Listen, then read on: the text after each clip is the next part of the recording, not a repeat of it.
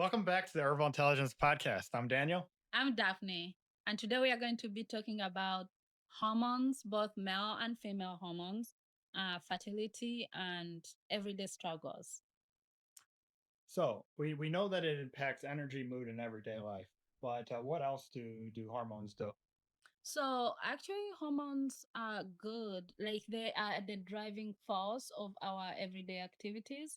So, let's say for us women, you will find yourself that you need to have a cycle every month, which is around 28 days. And if it doesn't happen, maybe it goes over 35 days, or really happens like your cycle is 20 days or 15.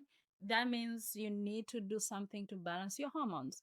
And for men, you will find someone works out in the gym and they're not losing their weight, they're not building muscles. That means you need to build up on your testosterone.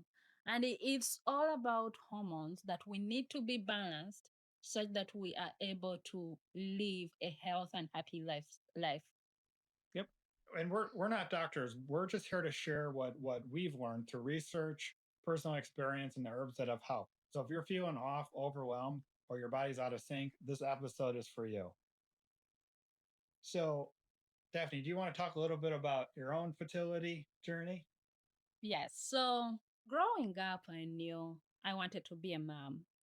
And I one time was sitting with my dad on the dining table and I told him, Dad, I wanted to be a nun.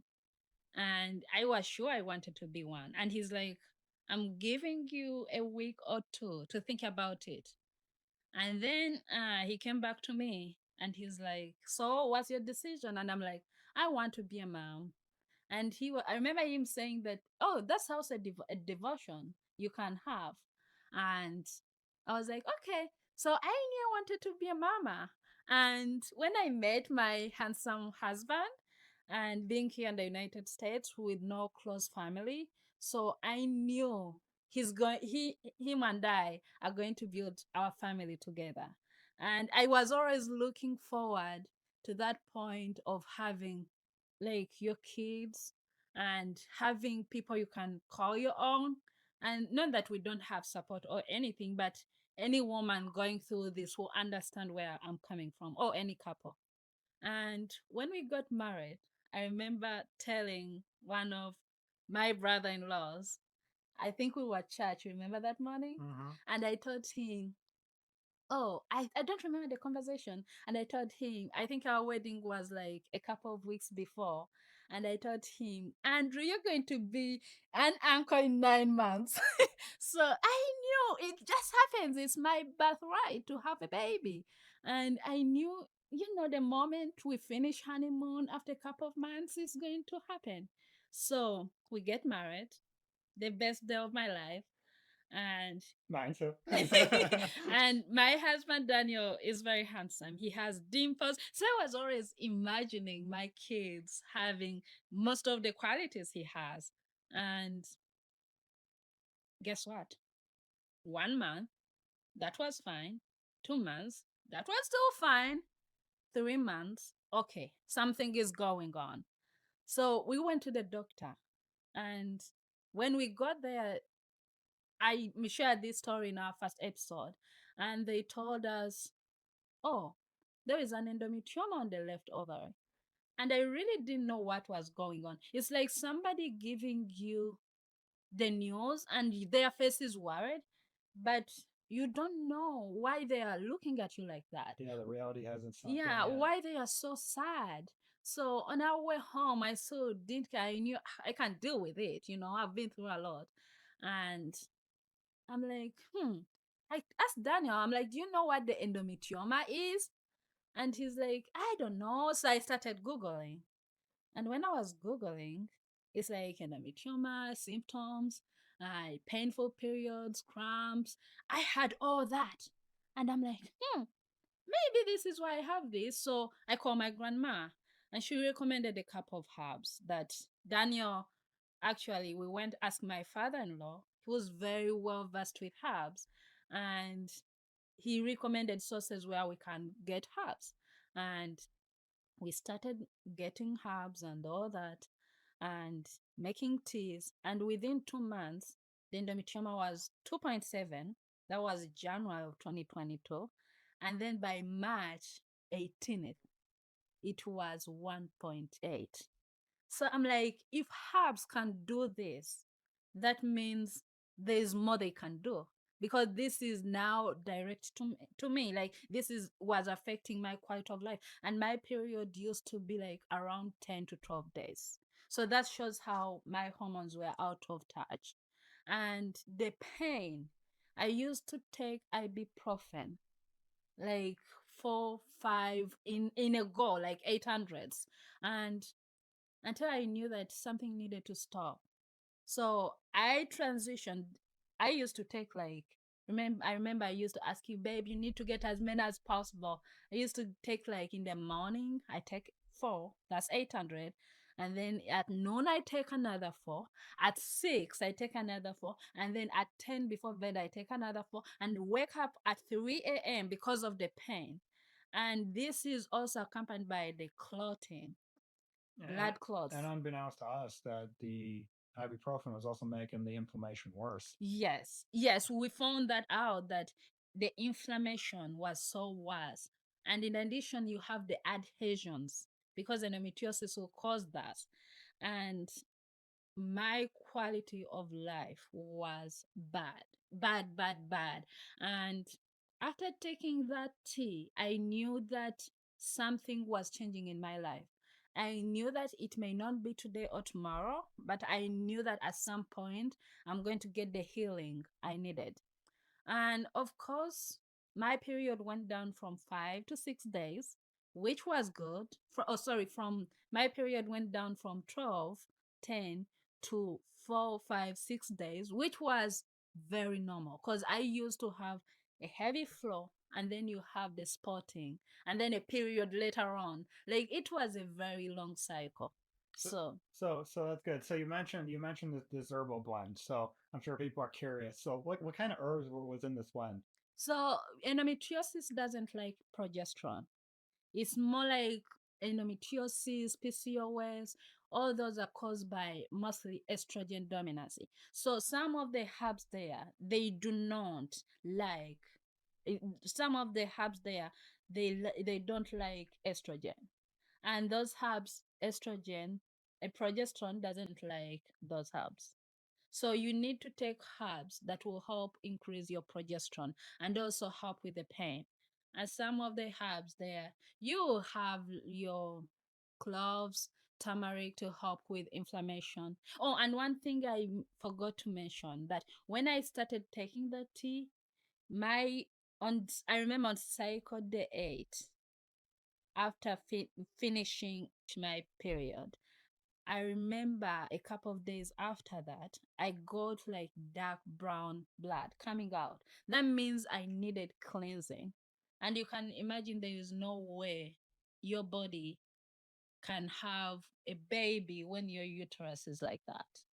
And Like, we and that may be a little TMI for some of the listeners, but it's important to know too that, like with the dark brown blood, so this is what it's been there for a while. It obviously is not fresh, but that kind of cleansing will give you the relief that you need. I mean, yes, I can just tell from a casual observer that these periods were extremely painful and uncomfortable, and not really being able to do much in terms of um, support and comfort. So just doing the best we can to get through it and to manage. So you've you've mentioned a lot about this progesterone and estrogen. So um, I know that they're hormones, and that these hormones are chemical messengers that affect every system in the body.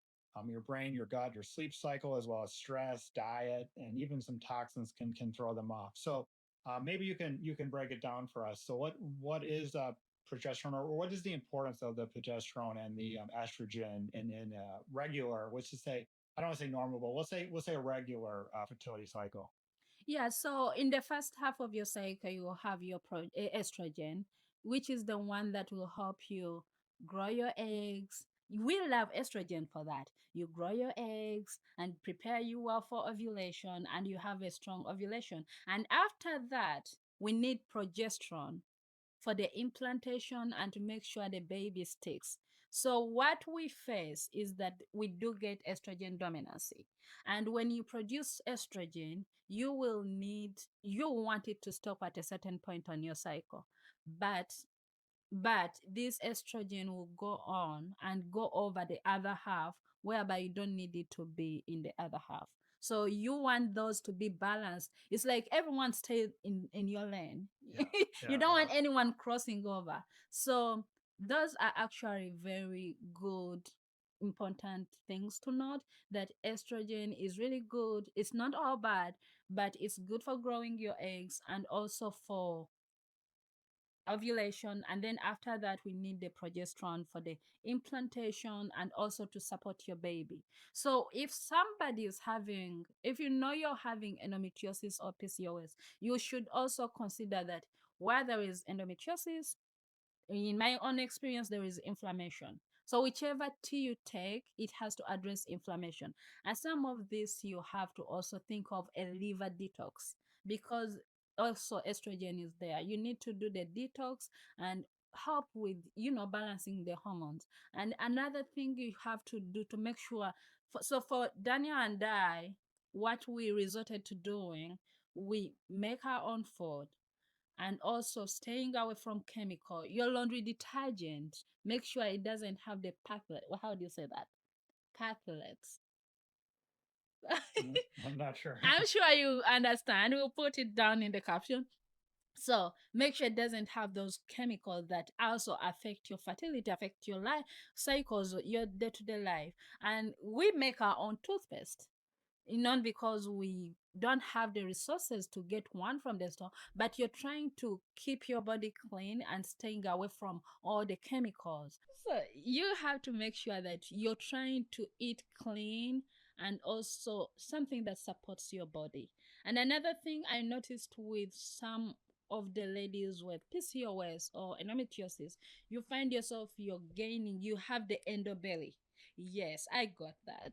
But also taking the tea will help you with the bloating and gas. Oh, there is also constipation, which is underrated.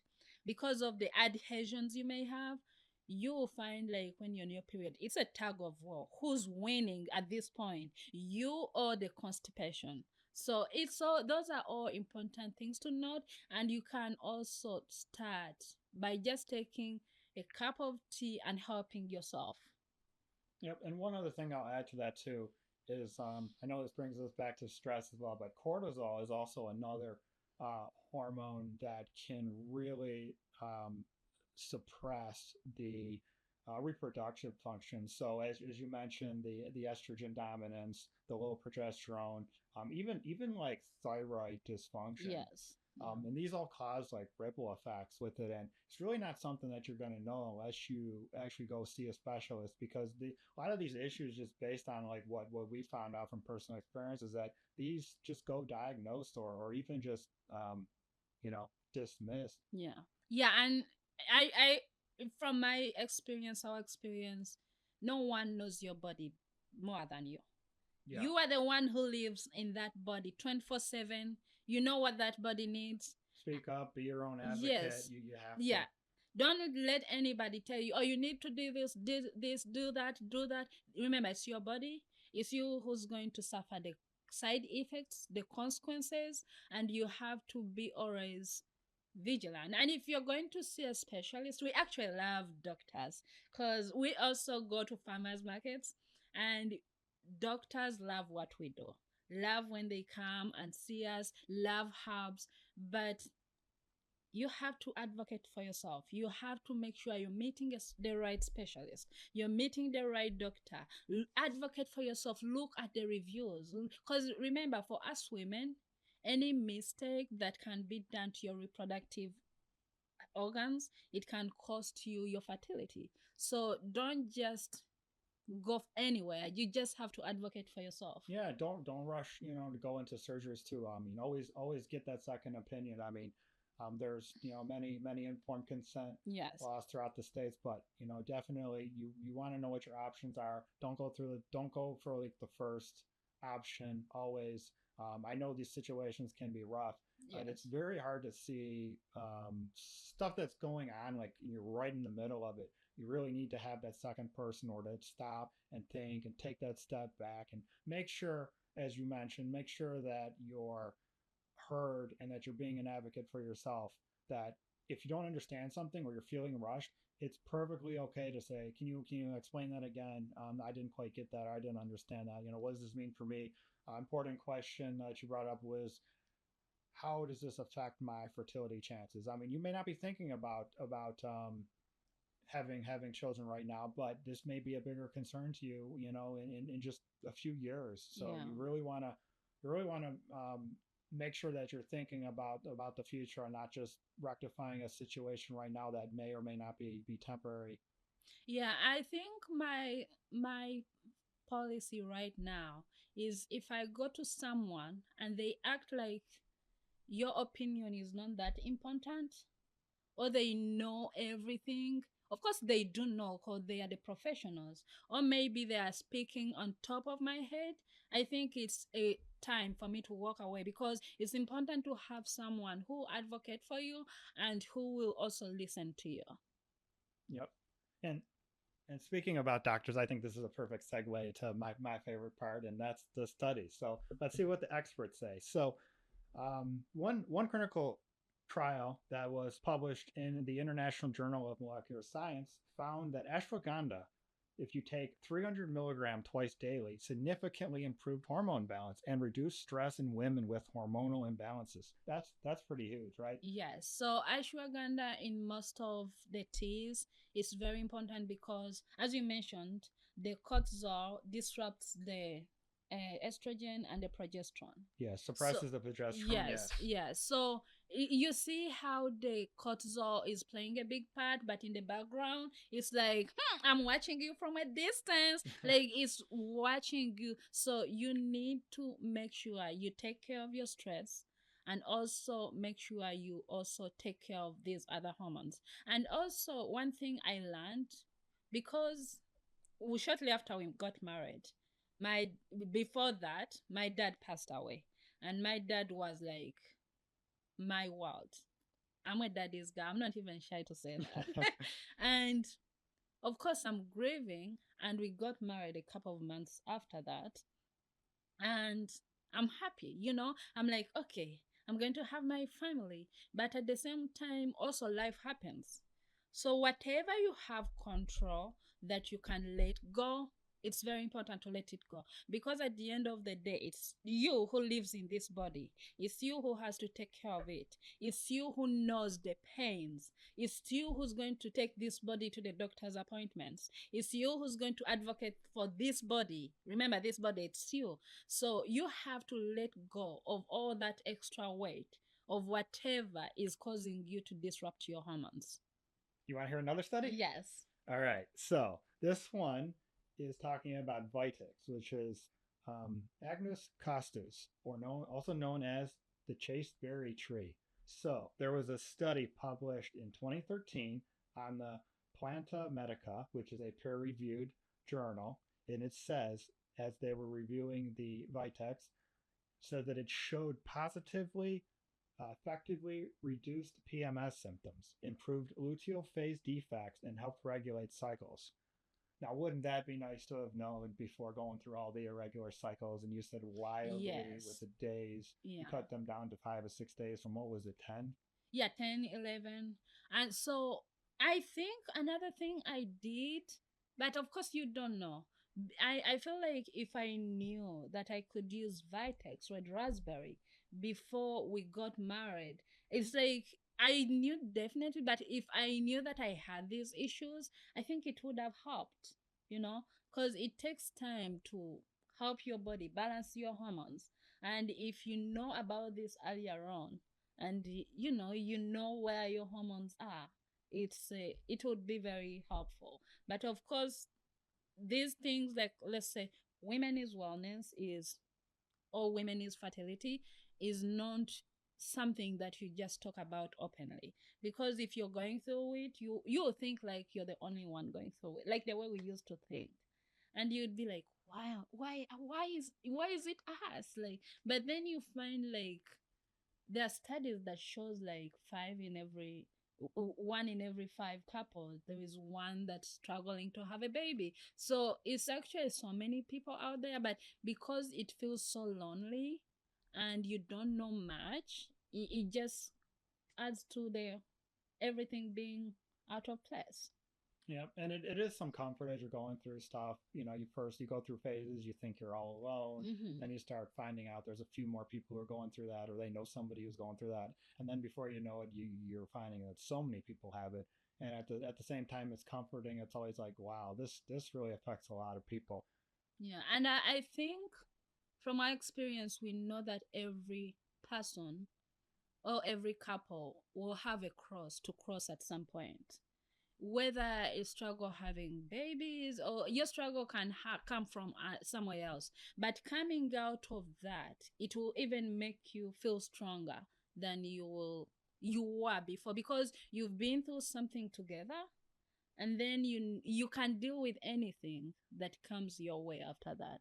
Yeah, yeah, you grow together, and you definitely become stronger Yes. together Yeah. going through this stuff. Yeah. Now, I have one more study that I like to share, and now this one is related, but it's kind of related adjacent. So, oftentimes, we'll focus on the symptoms. We don't focus on the other things that will actually get us there in terms of like fertility. So, this last study is actually in regards to libido and hormonal health for both men and women. So, there was a study published in 2002 in the Andrologica journal, and it's talking about maca root.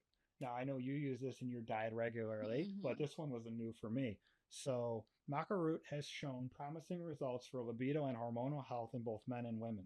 The study found that this is the maca root, has helped reduce sexual dysfunction caused by antidepressants. Now, I know that not everyone is on that, but there is a correlation between depression and stress and anxiety, as well as the medicines that actually are helping to um, cope with these other symptoms.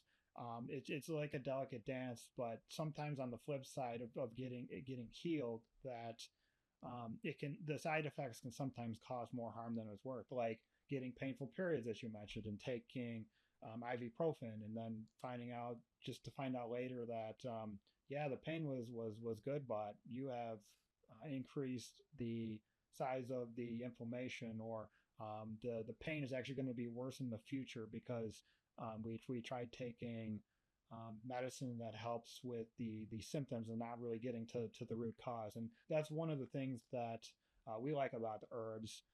The ashwagandha, we mentioned the Vitex, which is the chasteberry, and the maca root. But there are also some other herbs that we mentioned. The red raspberry leaf. This one is also good with toning the uterus. It's great for the cycle prep.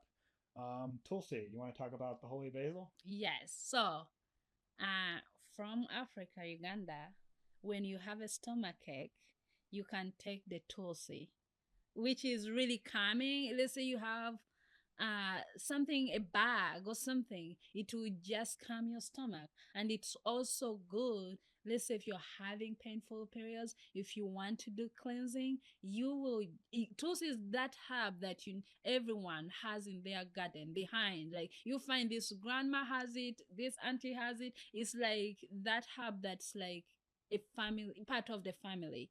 And also to talk about what Daniel mentioned earlier about the macaroni. Maca also helps with growing your eggs. So some of the most causes of infertility is because you may not have mature eggs by the time you have your ovulation. So if you take it through like 3 months, it will just help you grow, because that's the egg cycle. So it just help you grow your eggs, and by the fourth month you have your golden egg and have the intercourse.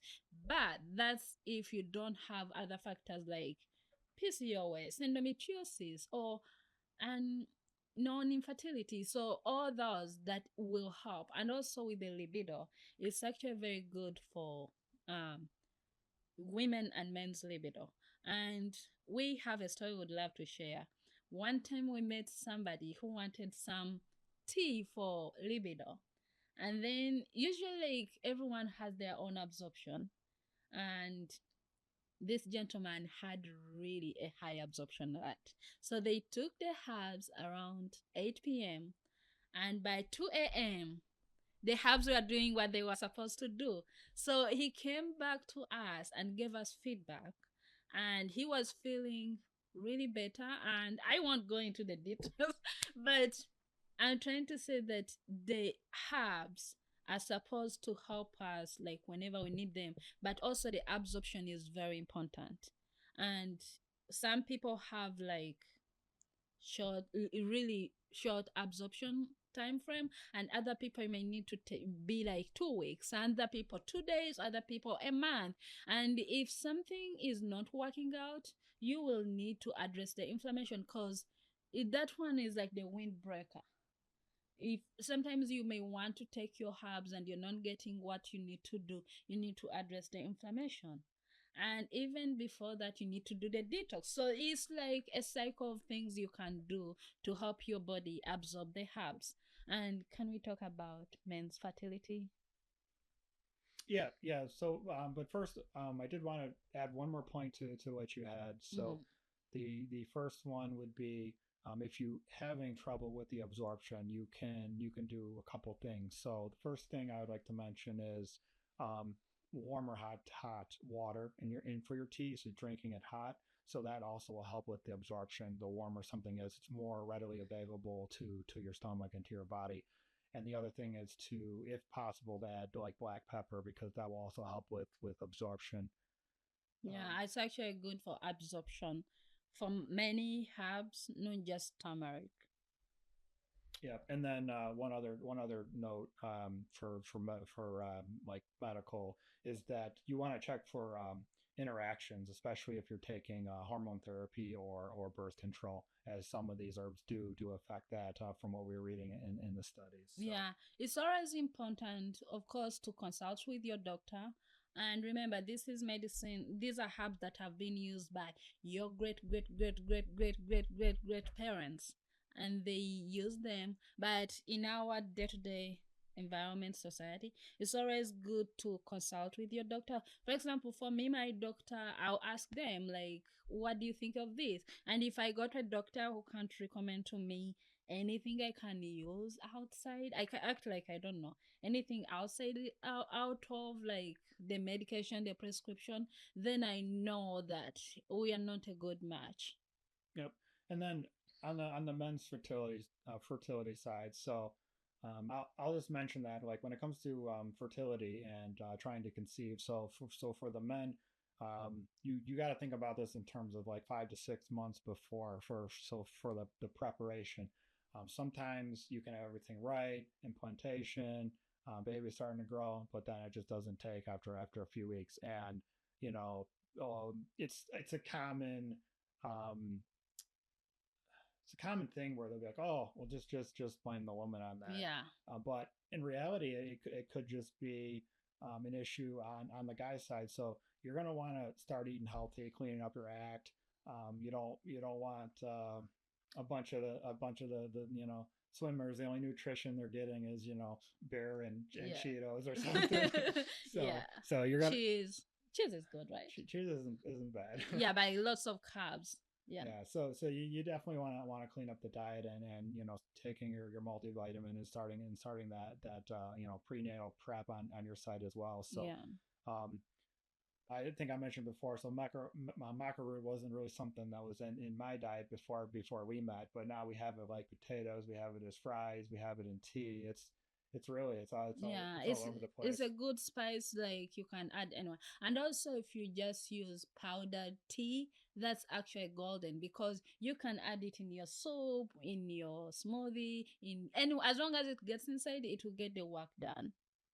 Okay, so let's talk about some tips, some things that our audience can try. So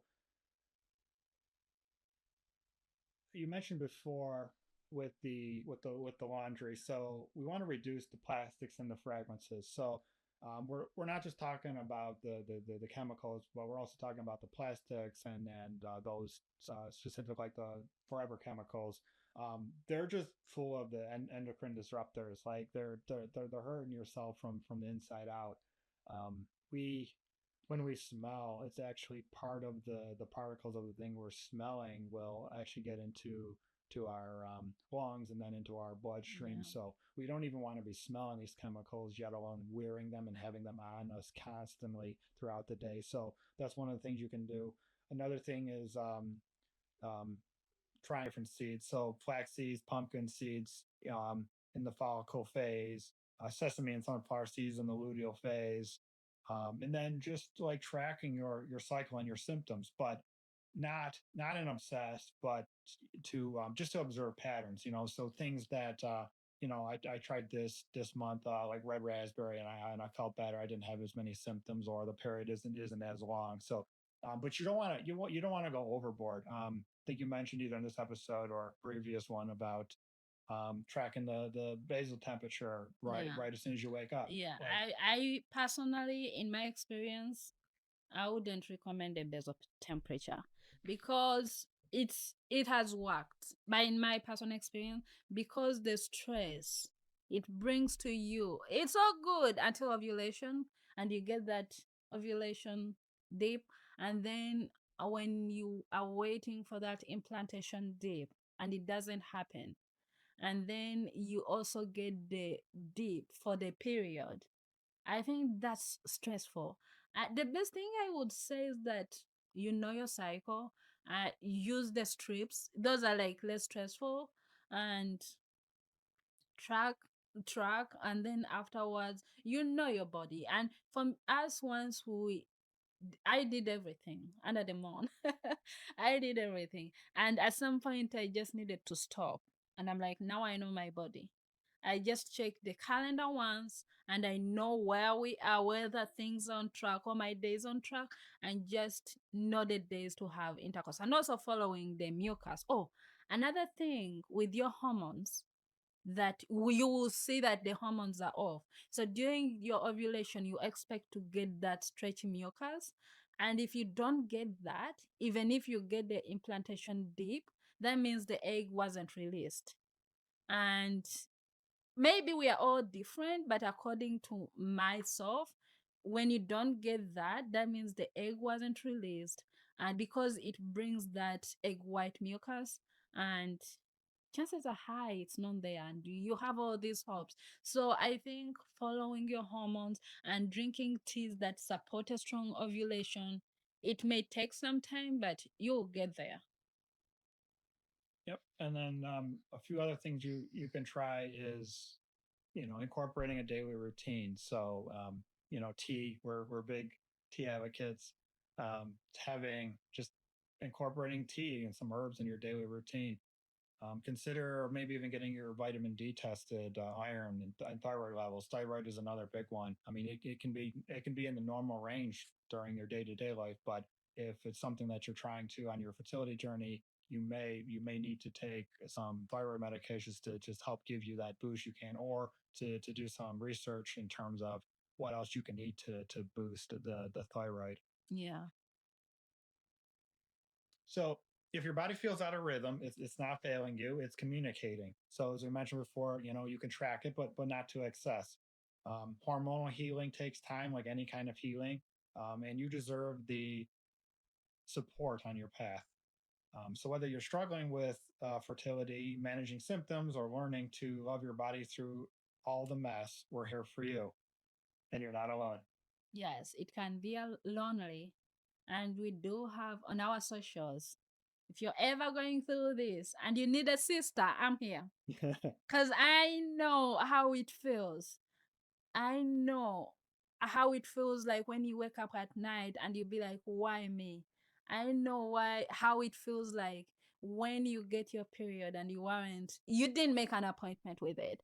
And my experience is more like with endometriosis because that's what I experienced. But I also have friends we've shared notes, and they have gone through these struggles with PCOS, hormonal imbalance, and I understand. And sometimes you feel like you are not heard and no one can hear you, but I can hear you.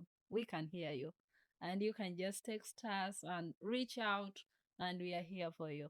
Let us let us know your story in our comments, in the comments or our socials. We're honored to be a part of your wellness journey. Thanks for tuning into the Herbal Intelligence Podcast. See you next time. Thank you. Thank you so much.